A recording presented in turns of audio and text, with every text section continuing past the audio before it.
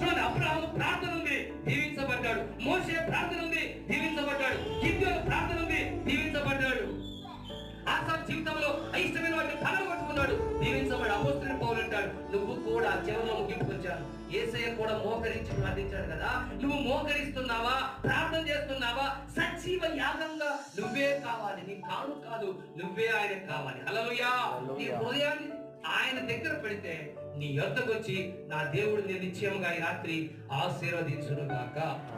నిర్గమకాండం ఒక మాట చెప్పి ముగిస్తాను. 34వ అధ్యాయంలో ఏ జనములు, అదే మన మూలాంశం, ఎక్కడ చేయని అద్భుతాలు నీ పట్ల దేవుడు జరిగించును గాక. 34:10 చదవండి. అందరితో నీ మాట ప్రార్థన చేసి ముగిస్తాను. ఆయన ఇదిగో నేను ఒక నిబంధన చేయుచున్నాను, భూమి మీద ఎక్కడైనాను. అండర్లైన్ చేసుకోండి, ఈ రోజు వాక్యం రాసుకోండి.